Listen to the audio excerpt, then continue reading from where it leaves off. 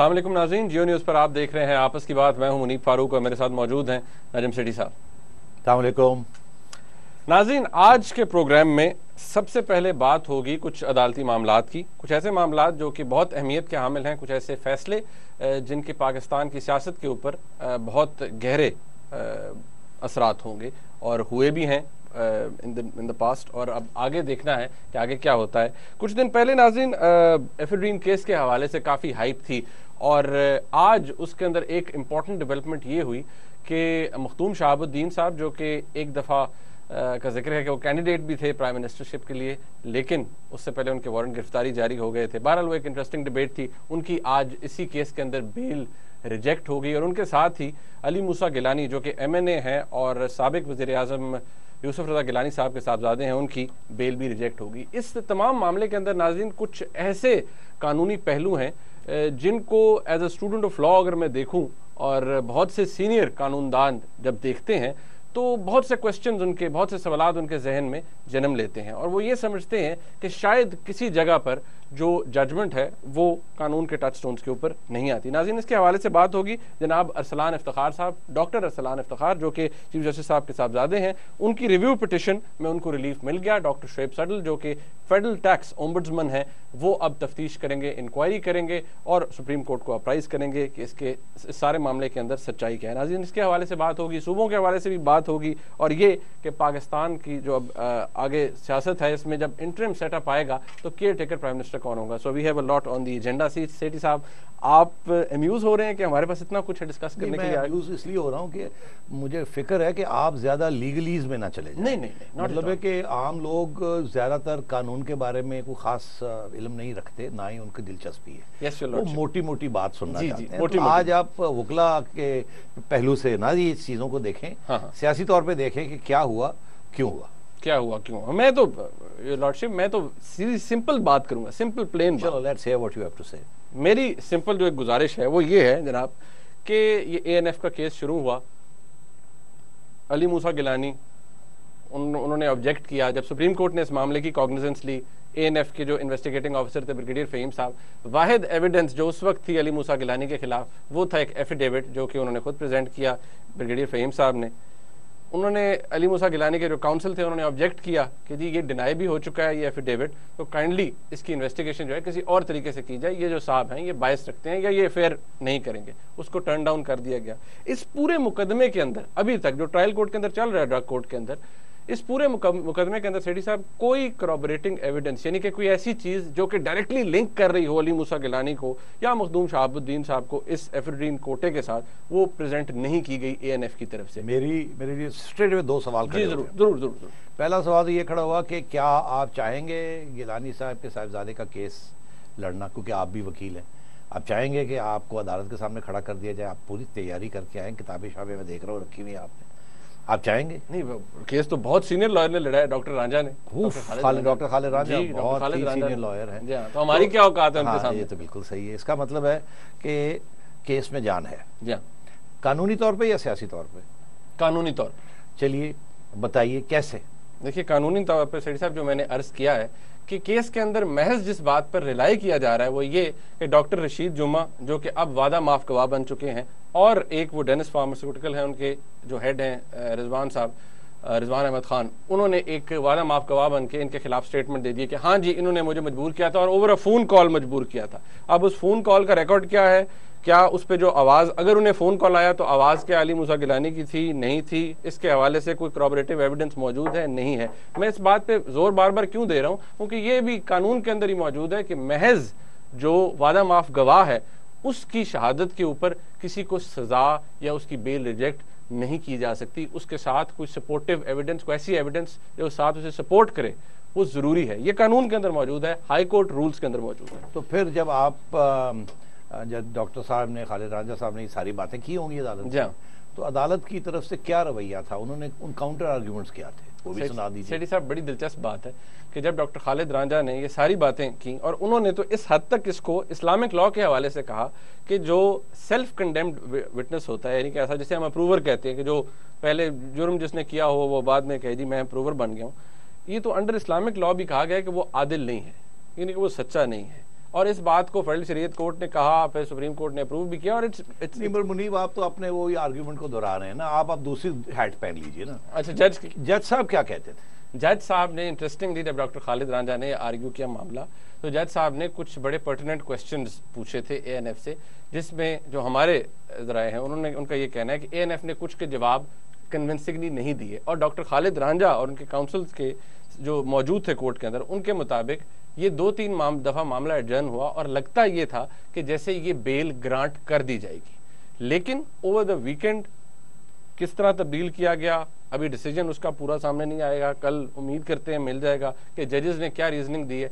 लेकिन डॉक्टर खालिद रांझा जो कि बहुत एमिनेंट लॉयर हैं, उनके नज़दीक इस केस के अंदर कोई जान नहीं। तो फिर मेरा ख्याल है आपने तो केस बता ही दिया, हमें लोगों को बता दिया क्या इसमें जान है या नहीं है। दो बातें कहना चाहूँगा। एक तो ये कल तक इंतज़ार कर लीजिए, जजमेंट आने दीजिए, ताकि डिटेल जजमेंट जब आ जाए तो हमें एहसास हो कि काउंटर आर्ग्यूमेंट्स क्या थे, क्योंकि ऑब्वियसली जजेस ने कुछ ना कुछ तो सामने रखा होगा। मगर जहाँ तक क्रेडिबिलिटी की बात है, साख की बात है, अर्ज़ है आपको मैं याद दिला दूँ कि ये अदलिया ही थी जिसने एक वादा माफ गुआ के बेसिस के ऊपर एक पॉपुलर प्राइम मिनिस्टर को सजाए मौत दी थी। किसकी बात कर रहा हूँ? जुल्फ़िकार अली भुट्टो।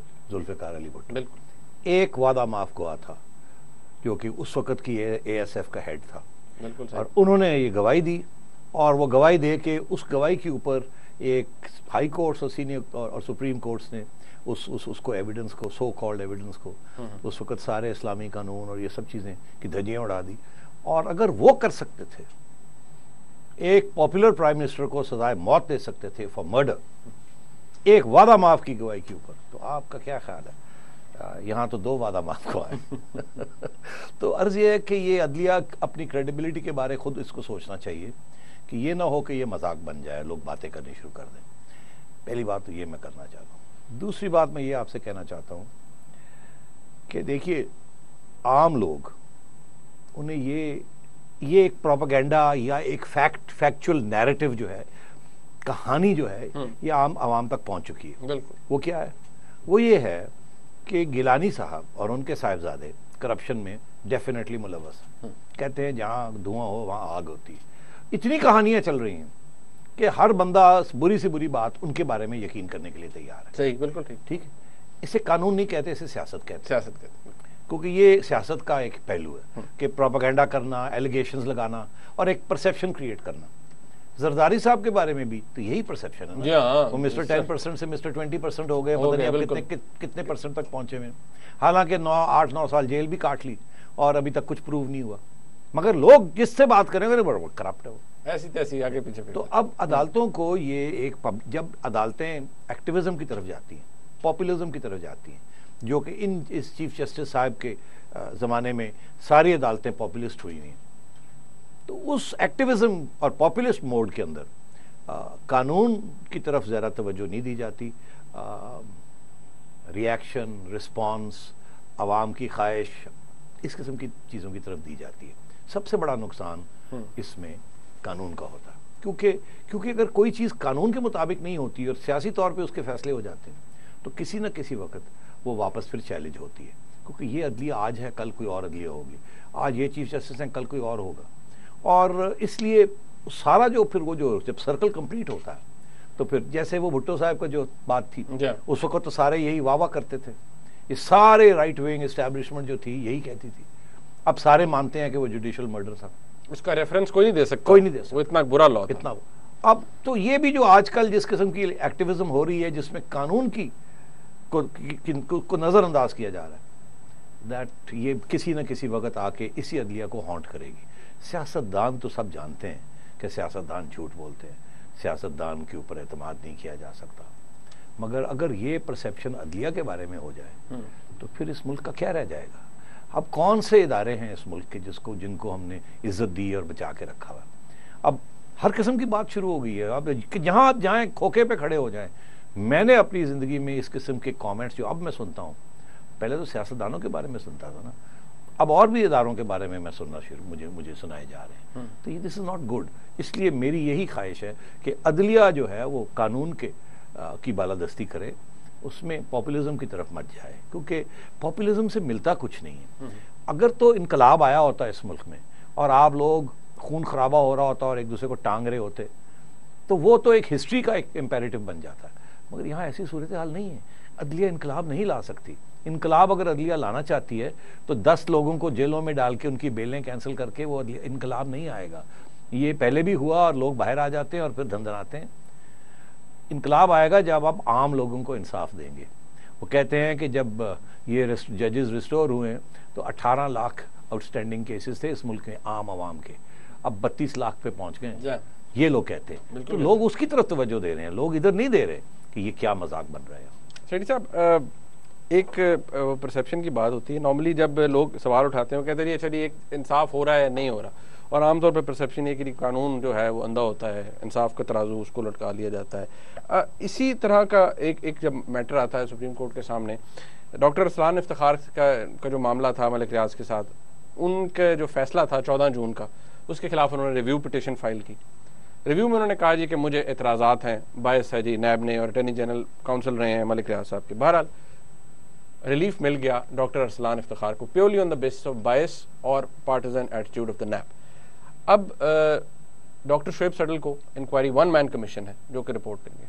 अब इसके ऊपर एतराज़ उठाया है मलिक रियाज के काउंसिल ने, मलिक रियाज साहब के, वो कहते हैं जी कि ये नहीं ठीक। अब इस पूरी इंक्वायरी के बारे में आसमा जहांगीर साहबा ने क्या कहा, इस पूरे केस के बारे में मैं चाहता हूँ वो भी आप सुने। नाज़रीन ये देखिए उन्होंने क्या कहा। जब पहली जजमेंट में खुद नैब का हवाला दिया है तो अब नैब भी नहीं ठीक, FIA भी नहीं ठीक, तो फिर मेरा ख्याल है स्कॉटलैंड यार्ड बुला लें। फिर उन्होंने शुएब सडल साहब को लगाया। ये अब आपके ऊपर रिस्पॉन्सिबिलिटी है मीडिया के ऊपर। मेरा ये दावा है कि शुएब सडल साहब जो हैं वो अरसलान के शादी पे मौजूद थे, हर फंक्शन पे वहाँ मौजूद थे, छोटी सी छोटी फंक्शन से लेके बड़ी सी बड़ी फंक्शन पे। और जब वो चीफ जस्टिस के इतने करीब हैं उनकी फैमिली के, तो ये भी तकल्लुफ ना करते, रजिस्ट्रार को ही कमीशन बैठा लेते, घर की बात घर में ही रह जाती। और ये केस बजाते खुद इसने तो दूध का दूध और पानी का पानी कर दिया। मुनीब, आसमा जहांगीर साहबा ने बड़ी सख्त बातें की। मैं एक करेक्शन करता चलूँ। आसमा बीबी का कहना है कि जो पहली जजमेंट आई थी उसमें सुप्रीम कोर्ट के बेंच ने हवाला दिया था कि आप चाहें तो नैब को ये दे दें। दरअसल ऐसे नहीं था। फैक्ट ये है कि उन्होंने कहा था किसी गवर्नमेंट के इदारे को, मशीनरी ऑफ द गवर्नमेंट उनके हवाले ये करें ताकि ये तफ्तीश हो सके अरसलान के खिलाफ भी और मलिक रियाज। उन्होंने उस जजमेंट में नैब का हवाला नहीं दिया था। तो ये आसमा बीबी का कहना कि उस वक्त नैब को तो नैब एक्सेप्टेबल थी और अब नैब एक्सेप्टेबल नहीं है इस केस में, ये शायद फैक्चुअली इनकरेक्ट है। मगर इसका एक और पहलू भी है। वो पहलू क्या है कि नैब को कहा गया पहले कि आप खत लिखें, तो नैब क्या उस वक्त कोशर थी, ठीक थी, और अब नैब खराब हो गई है। वो खत जो प्राइम मिनिस्टर साहब, फिर क्यों उस वक्त तो नवीद एहसन साहब चेयरमैन थे, उनको भी धमकी दी गई कि आप नहीं लिखेंगे तो ऐसी तैसी हो जाएगी। तो उस वक्त तो नैब ठीक थी। फिर ये नैब और FIA इसी के जरिए और भी इंक्वायरीज हुई, बड़े बड़े साहिबजादों के खिलाफ, मुनिसलाई के खिलाफ भी हुई और मूसा साहब के खिलाफ भी। मूसा साहब के खिलाफ ANF कर रही है। और तो अर्ज ये है कि एक तरफ नैब को कहा जाता है कि आप NRO केसेस रिवाइव करें। जरदारी साहब के सारे केसेस नैब में हैं, नवाज शरीफ साहब के सारे केसेस नैब में हैं। एक तरफ नैब को कहा जाता है कि उनको रिवाइव करें, दूसरी तरफ कहा जाता है कि हमें तो कॉन्फिडेंस ही नहीं है नैब में, ये जो इंक्वायरी अरसलान के बारे में। तो डबल स्टैंडर्ड्स। तो मैं ये कह रहा हूं कि एक तरफ आसमा बीबी सही कह रही है, दूसरी तरफ उनका जो इस केस के बारे में हवाला है कि यहां नैब को कहा गया ये सही नहीं है। मगर इन प्रिंसिपल सुप्रीम कोर्ट ने नैब को उस वक्त ऑर्डर्स किए जब वो समझते थे कि ऑर्डर्स करने चाहिए, और जब उनको पसंद नहीं आती है नैब की बात तो वो आगे से जज हजरात ये कहते हैं कि नहीं हमें एतमाद नहीं है, या वो साहब जो कहते हैं हमें एतमाद नहीं है उनकी बात सुनी जाती। तो एक तो ये मुझे प्रॉब्लम नज़र आ रहा है इसमें। दूसरी बात ये है कि आज मैंने भी थोड़ी सी तफ्तीश की है। अच्छा। और मैं समझता हूँ कि ये इंक्वायरी कमीशन जो सडल साहब की उन्होंने बनाई है बेंच ने, ये बहुत बड़ी गलती की है। गलती की? मैं आपको बता दूं, ये बाद में आप देखिएगा क्या होता है इसका। जैसे मैंने कहा था ना, मेमोगेट बहुत बड़ी गलती है। पता चला ना बाद में कि क्या वो धूमधाम से शोर शराबा हुआ और बीच में क्या निकला, कुछ निकला कुछ भी नहीं ना। और उसके साथ बदनामी भी हो गई, ISI बदनाम हो गई, अदलिया बदनाम हो गई, कमीशन बदनाम हो गई कि क्या हो रहा है, ये मजाक बना हुआ हमारे साथ। तो अर्ज ये है कि ये भी वहीं जा रही है बात। उसकी वजह ये है कि शुएब सडल साहब इज अ गुड ऑफिसर, मगर यहाँ गुड और बैड ऑफिसर का बात नहीं है ना, यहाँ परसेप्शन की बात है। अगर परसेप्शन अदालत में ये है कि अटॉर्नी जनरल साहब actually friend of the court नहीं है और फ्रेंड ऑफ जरदारी साहब है, किसी और के दोस्त, तो फिर सीधी सी बात है उनको कहते ही ना।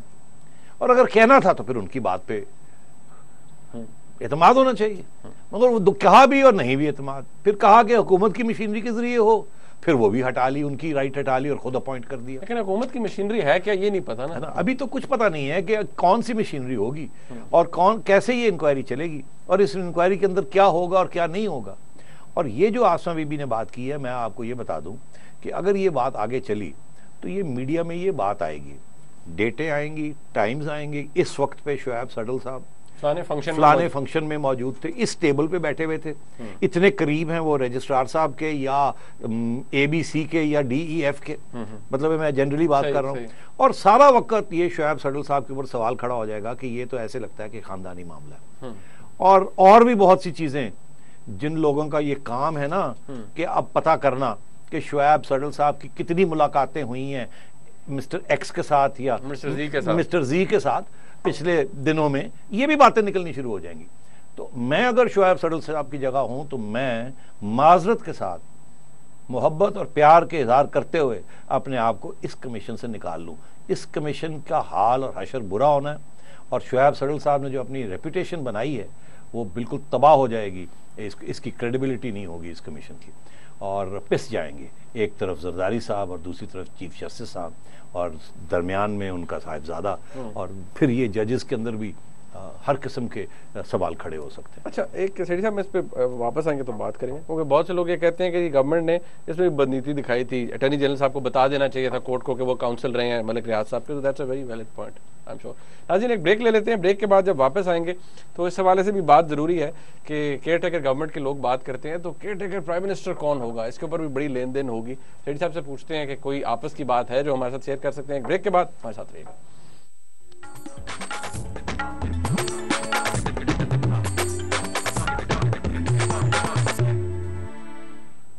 नाज़रीन, ब्रेक के बाद एक दफ़ा फिर आपको खुशामदीद कहते हैं। इससे पहले कि सेठी साहब से हम बात करें कि केयर टेकर प्राइम मिनिस्टर कौन होगा, और सेठी साहब मुस्कुरा भी रहे हैं क्योंकि मेरे ख्याल में इन्हें मालूम है, इनको अंदाज़ा है।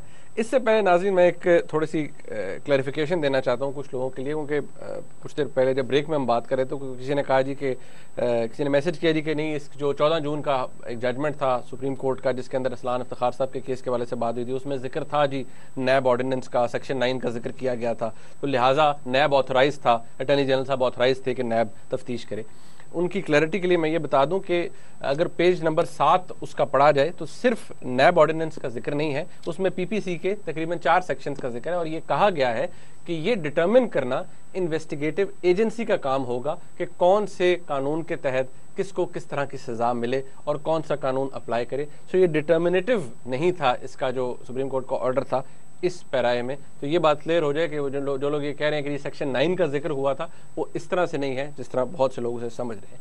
मतलब आपका कहने का कि सेक्शन 9 जो है, अदालत ने, सुप्रीम कोर्ट ने ये नहीं कहा था अटॉर्नी जनरल साहब को कि सेक्शन 9 के तहत नैब को इन्वॉल्व किया। एग्जैक्टली, उन्होंने कहा था बहुत से सेक्शंस लग सकते हैं, PPC के भी लग सकते हैं, ये भी लग सकता है, वो भी लग सकता है। आप मशीनरी एस्टैब्लिश करें जो डिटरमिन करे कि ये कौन से सेक्शन लगेंगे और कहाँ इसकी इंक्वायरी जाएगी। एग्जैक्टली सेठी साहब। नाज़रीन, अब जरा आगे चलते हैं, सेठी साहब से दो बात हो जाए। ये तुम जो है ना, ये अब मेरी चिड़िया के ऊपर बड़ा प्रेशर डाल रहे हो तुम। नहीं तो चलना चाहिए, बड़े दिनों से आपकी चिड़िया आवारा हो गई है। आवारा नहीं हुई हुई, सारी खबरें लेके आई हुई, मगर खबरें बड़ी खतरनाक है। अच्छा, खतरनाक इसलिए नहीं, फिर वो बात नहीं बनती, लोग मायूस हो जाएंगे सुन के। नहीं मायूस क्यों? अच्छा, आप सवाल पूछे। सवाल ये सेठी साहब, केयर टेकर प्राइम मिनिस्टर कौन होगा? 4 नाम तो आ गए ना सामने, PMLN की तरफ से, आसमा जहांगीर साहबा का, महमूद खान अचकजई साहब का, काजी हुसैन अहमद साहब का और जस्टिस नासिर अहमद साहब का। 4 नहीं, मेरे ख्याल एक और नाम भी आया है, अताउल्ला मेंगल साहब का नाम भी तो आ रहा है। चले मेंगल साहब को भी इंक्लूड कर लेना हम, तो मतलब है कि ये 4 नाम 5 आ रहे हैं। और मैं, अच्छा, और कहते हैं 9 हैं, हाँ जी, कहते हैं 9 है, कुछ ये नाम लीक मतलब आप चाहते हैं बाकी 4 मैं सप्लाई करूं? हाँ एग्जैक्टली, प्लीज डू जो नहीं रिपोर्ट हुए वो आप पहले उससे कब। हाँ जी, मैं ये आपसे एक सवाल पूछना चाहूंगा कि अच्छा ये सवाल आप मुझसे क्यों पूछ रहे हैं? उसकी वजह ये है कि आप बहुत चढ़ाई कर रहे हैं मेरे पे। नहीं कर आप बड़े टेढ़े चीजें, तो इसलिए मैं चैलेंज कर रहा हूँ आपके सवालों को। अच्छा, पहली बात तो ये कि ये 9 जो खबर है कि जी 9 नाम आ गए, ये कहाँ है? ये किसने ये 9 खबर दी है? कोई ये चौरी निसार भी मुकर गए हैं, वो कहते हैं मैंने कहा ही नहीं। उधर से खुर्शीद शाह साहब को पूछे या पीपल्स पार्टी वालों को पूछे, वो कहते हैं हमें तो मिले ही कोई नहीं। और नून भी मुकर गई है, वो भी। आज मैं नून वालों से पूछ रहा था, इधर उधर चिड़िया घूम रही थी, सब कहते हैं हमने तो नाम ही नहीं दिए। तो ये 9 नाम ये जो है, ये क्या ये मीडिया में आप लोग ड्रामा कर रहे हैं साहब? नहीं ड्रामा नहीं कर रहे सेठी साहब, जो बातें चले अगर डिनाई हो गई तो आप बता दें हकीकत क्या है। कि मतलब है कि नाम थे। देखिए अब हमारे अखबार के अंदर ही आया था, अब लाइन अगर पिट रही है हमारी तो बता मैं आपको हिंटें दे देता हूँ थोड़ी। नहीं ये क्या बात है सेठी साहब? देखिए इस मैं आपको बताऊँ क्यों जिम्मेदारी का इजहार करना चाहिए। पहली बात ये कि अगर इन 9 जो नाम लिए गए इनमें से कोई अच्छा नाम भी हो जी जिसकी चांसेस होंगी, आप अभी से वो नाम डिस्कशन में डिबेट में लाके, और तो आपको तो पता है इस मुल्क का था करके कीचड़, हर बंदा उठेगा कोई ना कोई कीचड़, वो 9 के 9 डिस्क्वालीफाई हो जाएंगे। अच्छा, बात आगे बढ़ानी है, हमने कॉम्प्रोमाइज कैंडिडेट ढूंढना है। तो अब जो 4 रह गए हैं जी ये 9 के ऊपर ही बहस शुरू हो गई। कोई कहता है अताउल्लाह मैंगल साहब, और वो तो इंसर्जेंसी को सपोर्ट करते हैं, वो तो हमेशा ही पाकिस्तान का वजूद ही नहीं मानते और आइडियोलॉजी की नहीं यकीन करते, उनको कैसे प्राइम मिनिस्टर बनाया जा सकता? यहाँ तक खबरें छपी हैं कि जी वो फौज ही कभी नहीं मानेगी, उनकी हमदर्दियां जो हैं वो अलहदगी पसंद जो तहरीकें हैं बलूचिस्तान में उनके साथ ठीक। तो इस किस्म की बात। फिर वो अचकज़ई साहब है, उनके बारे में भी ये कहा जाता है बड़े स्ट्रॉन्ग पश्तून नेशनलिस्ट है, और ये भी कहा जाता है कि उन्होंने पाकिस्तान की नेशनल सिक्योरिटी इस्टेब्लिशमेंट फौज के खिलाफ सख्त बयान दिए हैं। बलूचिस्तान में जो भी है वो सख्त बयान ही देगा, क्योंकि जो वहाँ के हालात हैं और वो उसके ऊपर सख्त बयान ही आता है। चीफ जस्टिस साहब भी सख्त बयान देते हैं, सियासतदान भी सख्त बयान देते हैं, और जिसे कहते हैं ना स्पॉटलाइट जो है वो ऑन मिलिट्री फोर्स है वहाँ।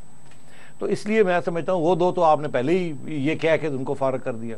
अब जो बाकी 2-3 रह गए, मतलब मैं ही ये समझता हूँ कि ये आसमा जहांगीर साहबा का जो नाम आ रहा है, ये तो मेरा ख्याल है जरदारी साहब ने, ये तो नून की तरफ से शायद नहीं आ रहा है। अच्छा, मेरा ये ख्याल है। ये कहां से? अच्छा आप सोचें, अगर आप आसिफ जरदारी हो, ये नहीं मैं कह रहा कि जरदारी साहब ने किया है, मगर अगर बात चलनी है तो ऐसी बात तो अगर मैं आसिफ जरदारी होता, उस किस्म की डीवियस माइंड, जाहिर है ये पीएचडी जो है ये एवं नहीं मिली उनको। आप कॉम्प्लीमेंट कर रहे हो? नहीं, मैं उनको फैक्चुअल बात कर रहा हूँ, neither compliment nor non compliment. Okay, factual बात। Mind devious is a objective fact, उससे अच्छे काम भी निकल सकते हैं, बुरे काम है। तो वो ये है कि मैं सोचता कि आसमा का नाम फ्लोट कर देते हैं। पहली बात तो ये है कि चीफ जस्टिस साहब को हार्ट अटैक हो जाएगा। जाहिर है आपने सुना आसमा बीबी जिस किस्म की बात करती हैं वो तो, और उनकी मतलब हैसियत भी है ना, तो वो तो अगर शरारत करनी हो तो आसमा बीबी का नाम ले लिया जाए, अल्लाह खैर सल्ला। तो इसलिए मैं समझता हूँ ऐसी बात नहीं है, ना आसमा बीबी का नाम है, ना वो इस किस्म की ओहदा उठाना चाहेंगी, ना ही उनकी कोई दिलचस्पी है, और ना ही मेरा ख्याल है कोई इस किस्म की कोई बात हुई है। मतलब नॉन स्टार्टर। अब आइए आप, तीसरा कौन सा नाम था आपके पास? देखिए काजी हुसैन अहमद साहब। अच्छा, काजी हुसैन अहमद साहब तो मेरा ख्याल है सवाल ही पैदा नहीं होता। काजी साहब, उसकी वजह ये है कि काजी साहब बड़े इनकलाबी शख्स हैं, और हमें तो इनकलाब की इस वक्त ज़रूरत नहीं है, हमें तो इनकलाब रोकना है। इस्टेब्लिशमेंट की बात हो रही है ना, आपका क्या ख्याल है? जरदारी साहब और नवाज शरीफ साहब इनकलाब लाना चाहते हैं? नहीं, तो फिर वो काजी साहब, तो अगर काजी साहब आ गए तो फिर तो इलेक्शन ही शायद कैंसिल हो जाए। अच्छा। वो आपको याद होगा जमात इस्लामी ने ज़ियाउल हक साहब के बैकडोर के जरिए वो पावर में आ गए थे, फिर बाद में लड़ाई झगड़े हो गए, मगर जमात इस्लामी को तो वोट शोट नहीं मिलता। तो काजी साहब बड़े ज़बरदस्त आदमी हैं, बड़ा सेंस ऑफ ह्यूमर है उनका, और बहुत ही मैं समझता हूँ really a man of great integrity, इसमें कोई शक नहीं है।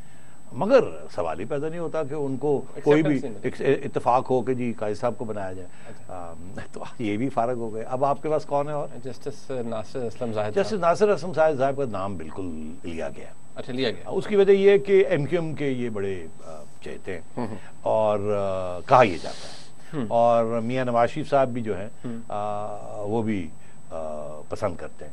इनकी एक हिस्ट्री भी है, अब मैं उस हिस्ट्री में जाना नहीं चाहता। इनका एक बहुत अहम रोल था जबकि सजाद अली शाह साहब के खिलाफ जुडिशल कू हुआ था, तो उसमें इनके बारे में भी बातें थी। अच्छा। तो इसलिए मैं समझता हूँ मियाँ साहब की तरफ से, आपको याद होगा चीफ इलेक्शन कमिश्नर की जब बात हुई तो जस्टिस साहब का नाम आया। जस्टिस साहब बड़े स्ट्रेट फॉरवर्ड सॉलिड जज है, इसमें कोई शक नहीं है, मगर उनकी जो पॉलिटिकल लीनिंग्स हैं वो बड़ी clear cut MQM and Noon की तरफ है, इसमें कोई शक नहीं है, but solid man, no two ways about it. और कौन? तो जरदारी साहब को एक्सेप्टेबल नहीं होंगे ना, ये मेरा कहने का मतलब। नहीं, आपने सारे अब और कौन? नहीं, ये तो वो नाम है जो अब आपने देखिए हिंट्स देना। मैं आपको हिंट ये देता हूँ कि हो सकता है कि कोई रिटायर्ड जजेस और भी हों। अच्छा। शायद आप पंजाब में मत ढूंढिए। ये तो चौधरी साहब ने कहा था, चौधरी साहब आप के पंजाब में से मेरा ख्याल है कि इंटरिम प्राइम मिनिस्टर होना भी नहीं चाहिए। बेहतर ये है कि स्मॉल प्रोविंस से होना चाहिए, कॉन्फिडेंस के लिए। हाँ, कॉन्फिडेंस बिल्डिंग के लिए। और हो सकता है KP वहाँ से कोई पुराने रिटायर्ड जज, अच्छा, उनको वहाँ उनके नाम हो एक दो। इसी तरीके के साथ कोई सिविल सोसाइटी के नॉन कंट्रोवर्शियल मेन और विमेन ऑफ इंटेग्रिटी वहाँ से कुछ चुना जाए से मुराद ये है कि प्रपोज किया जाए।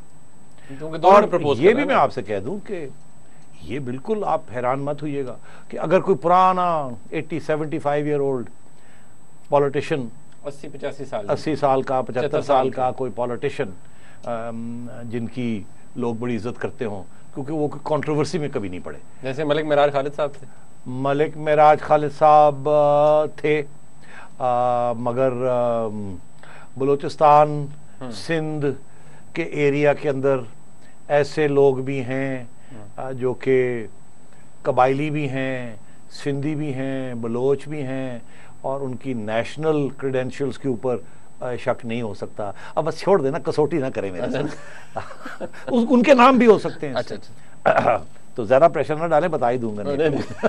तो फिर लोग आप रेजिस्ट नहीं कर सकते इन्फॉर्मेशन को। नहीं, वो है इन्फॉर्मेशन ना, तो मगर मैं किसी की ब्रीफ खराब नहीं करना चाहता। अच्छा, मतलब ये कि जो भी इतनी हिंटें दे दी आपको। कबायली कितने हैं जो सिंध भी है और बलोच भी है। ठीक है। नहीं, मैं कुछ नहीं कह रहा, मैं आप पे प्रेशर नहीं डाल रहा। तो मतलब ऐसी बातें चल रही हैं। ठीक है, बिल्कुल ठीक है। नाज़रीन, कुछ अगर हिंट आपको पता चल जाए तो वो हमें भी कुछ अंदाजा हुआ है। बहरहाल एक ब्रेक लेते हैं, ब्रेक के बाद वापस आएंगे, कोशिश करेंगे आपकी कॉल्स भी लें और सुबह वाला मामला भी डिस्कस करें। हमारे साथ रहिएगा।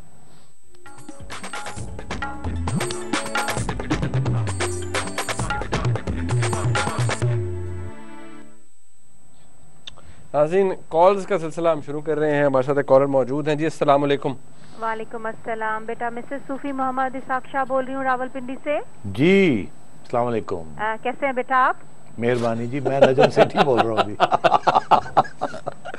मुनीब नहीं जी, नजम सेठी अर्ज कर रहा हूँ। अच्छा, सॉरी जी। आई डोंट माइंड जी, मुझे बड़ी जवानी आपने जवान बना दिया। I don't mind.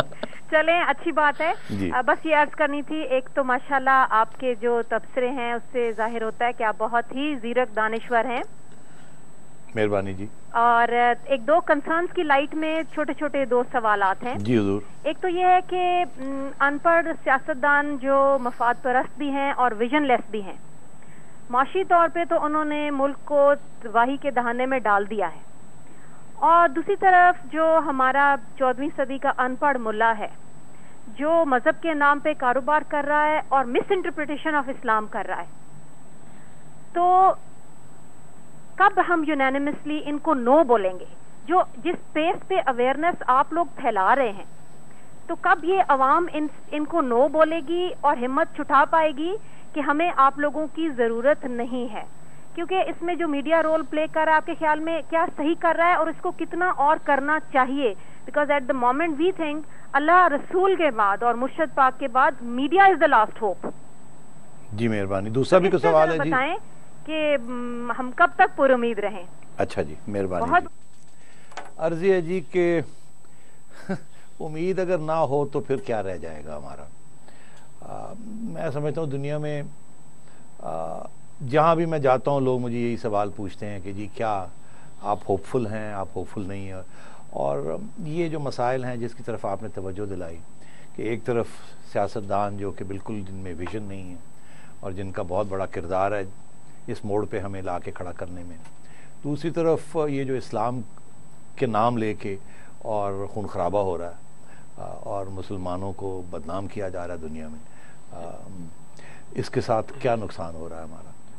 तो आप बात सही कह रहे हैं। अब हल क्या है?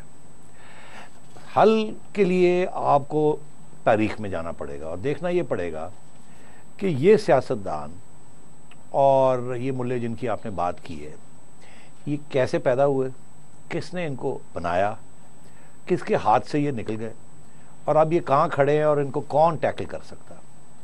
तो उसमें तो बड़ी क्लियर कट बात है ना जी, कि आजकल इवन जुल्फ़िकार अली भुट्टो साहब के बारे में भी ये कहा जाता था कि वो भी फ़ौज की पैदाइश थी एक हद तक। तो सारे सियासतदान जो बने हैं यहाँ इस मुल्क में, वो फ़ौज के साये के अंदर, उनको फ़ौज की हिमायत थी, वो फ़ौज के साथी थे, वो बने, उन्होंने फ़ौज की पॉलिसीज़ नेशनल सिक्योरिटी की फ़ॉलो की। और फिर एक वक्त ऐसा आया कि उन्होंने बगावत भी की, क्योंकि उन्हें एहसास हुआ कि शायद ये चलेगा नहीं ऐसे काम, जैसे नवाज शरीफ साहब हैं, भुट्टो साहब, फिर नवाज शरीफ साहब। मोहतरमा तो पहले ही इत्तेफाक नहीं करती थी, मगर वो और कहानी। तो एक तो ये, दूसरा ये कि ये जो इस्लाम और जिहाद पहले हिंदुस्तान के ख़िलाफ़ कश्मीर में और फिर अफ़गानिस्तान में सोवियत यूनियन के ख़िलाफ़ अमेरिका के कहने पे, इसका बहुत नुकसान हुआ, बहुत नुकसान हुआ। तो इसलिए ये सवाल, इसका जवाब उनसे पूछना चाहिए, उनसे तलब करना चाहिए जिन्हें आज एहसास हो रहा है कि शायद ये जो नेशनल सिक्योरिटी की जो हमने डॉक्ट्रिन बनाई थी, ये जो कहानी बनाई है पाकिस्तान की, ये पाकिस्तान के हक में नहीं गई। इसके साथ नेशन नहीं बना, रियासत तो बन गई, नेशन नहीं बना, और क्योंकि नेशन नहीं बना तो रियासत भी कमज़ोर पड़ गई। तो ये सवाल पिंडी की तरफ करना चाहिए। शरीफ साहब, निसार साहब हैं हमारे साथ पशीन से जी। अस्सलाम वालेकुम। वालेकुम सलाम सर। जी निसार साहब। जी सर, आप दोनों को पहले अस्सलाम वालेकुम। जी सर, मेरा सवाल ये है फिर एक, सर जो अभी आज मीडिया पे बात चली कि आर्मी चीफ जनरल तौहीद अशफाकियानी साहब रूस का दौरे पे जा रहे हैं। सर जो रूस की दौरे पे जा रहे हैं, इसका मतलब देखेंगे सर क्या कुछ हो रहा है जो ये जा रहे हैं। पहले भी गलबन 1-2 माह पहले बात हो रही थी कि सदर साहब या वज़ीर आज़म साहब वहाँ पे रूस के दौरे पे जा रहे हैं, तो वो दौरा रोक दिया गया था, वो किसने मनसूख करवाया। और दूसरी बात ये, क्या पाकिस्तान अमेरिका से तंग आ गया कि वो ब्लैकमेलिंग करे कि हम लोग आप लोगों के साथ ज्वाइंट ऑपरेशन करेंगे। तो क्या सर इसकी वजह से पाकिस्तान ये तो नहीं दिखा रहा कि रूस के साथ अंडरस्टैंडिंग के लिए कि भाई अगर आप हमारे साथ नहीं दोगे तो रूस हमारे साथ है। बड़ी मेहरबानी, बड़ा जायज़ और इम्पोर्टेंट सवाल है कि हमको आज रूस कैसे याद आया और हमारी क्या तवक्कुआत है, हमें रूस से क्या मिल सकता है, रूस की तरफ क्यों जा रहे हैं हम, अब रूस हमारी तरफ क्यों आ रहा है। अब चंद हफ्तों के अंदर अंदर ही प्रेसिडेंट पुतिन आ रहे हैं यहाँ, पहला दौरा है किसी रूस के इतने सीनियर सरबराह का। तो ये सवाल बहुत अहम। इसमें इसके बैकग्राउंड आपको मैं बता दूं कि लियाकत अली ख़ान साहब रूस जाना चाहते थे और उस वक़्त दुनिया के अंदर 2 मॉडल्स थे, एक था अमेरिका प्रो अमेरिका मॉडल, एक था pro Soviet union model. Cold war के बाद जब कोल्ड वॉर शुरू हुई लेट 40s में और अर्ली 50s में, नेहरू, सुकार्नो, नासर, टीटो, इन लोगों ने एक थर्ड फोर्स बनाई जिसका नाम था नॉन अलाइंड मूवमेंट, कि हम ना रूस के साथ जाएंगे ना हम अमेरिका के साथ जाएंगे, हम इस कोल्ड वॉर का हिस्सा नहीं बनना चाहते, हम आज़ाद और ख़ुद मुख्तार रियासतें बनाना चाहते हैं, किसी के मोहताज नहीं होना चाहते। पाकिस्तान के पास भी ऐसी चॉइस थी।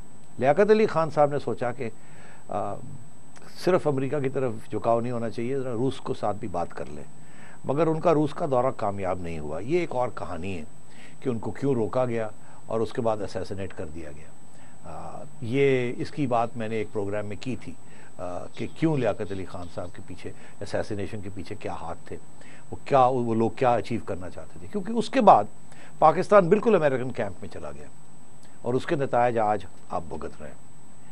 तो पहली बात। दूसरी बात ये कि ये रूस के साथ, अगर आप जमशेद मार्कस साहब जो कि हमारे एम्बेसडर रहे हैं यूनाइटेड नेशंस में, अगर उनकी आप मेमोइर्स पढ़ें तो उसमें बड़ी दिलचस्प बातें लिखी। उसमें ये भी लिखा है कि ये स्टील मिल के ऊपर कितनी लेन देन हुई और रूस का क्या मौक़िफ़ था, और हम मान गए थे कि जी ये स्टील मिल जो है पहले ये रूस जो है इसको आके रिवैम्प करे और इसको ठीक ठाक करे, मगर हर स्टेज के ऊपर कोई ना कोई यहाँ से टांग खींच देता था और हमने रूस को यहाँ कदम उठाने से रोक दिया। अब फिर स्टील मिल की बात हो रही है। हम चाहते हैं कि रशिया इन्वेस्टमेंट करे स्टील मिल के अंदर, जो कराची में है स्टील मिल, और उसको रिवैम्प किया जाए।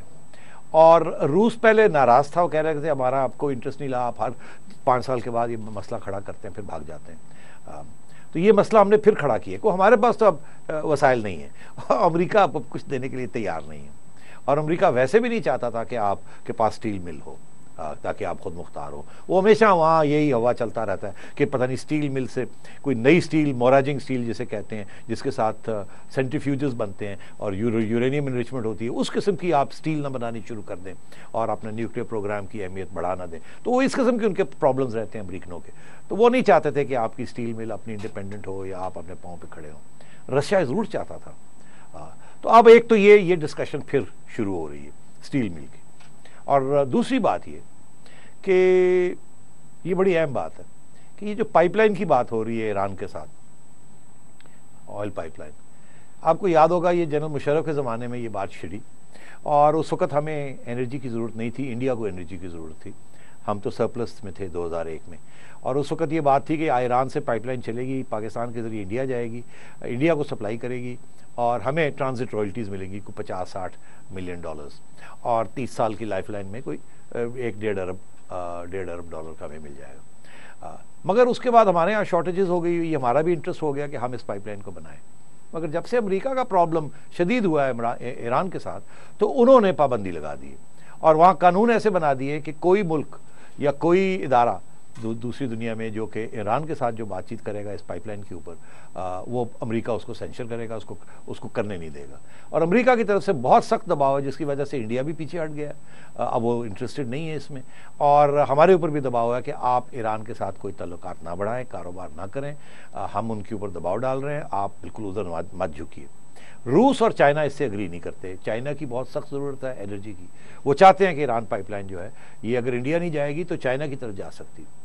रूस ने ये कहा था कि टाइम खत्म हो रहा है, मैं ये आपसे कह दूं, रूस ने ये कहा था कि हम इंटरेस्टेड हैं, जो आपका पार्ट है पाइपलाइन का $750 मिलियन की ज़रूरत है, हम बना के देते हैं आपको, हम लोन भी देंगे, मगर बिडिंग नहीं होगी। उसके ऊपर प्रॉब्लम चल रही है अभी। तीसरी चीज़ ये कि अफगानिस्तान का फ्यूचर ये सिर्फ अमेरिका फैसला नहीं करेगा, ना ही इंडिया फैसला करेगा, इसमें चाइना और रूस का भी रोल होगा। ये पाकिस्तान इसकी अहमियत बढ़ाना चाहता है ताकि अमेरिका की अहमियत कम हो। साहब बहुत शुक्रिया आपका। नाज़रीन प्रोग्राम देखा आपने, फीडबैक जरूर दीजिएगा, देखने का बहुत शुक्रिया।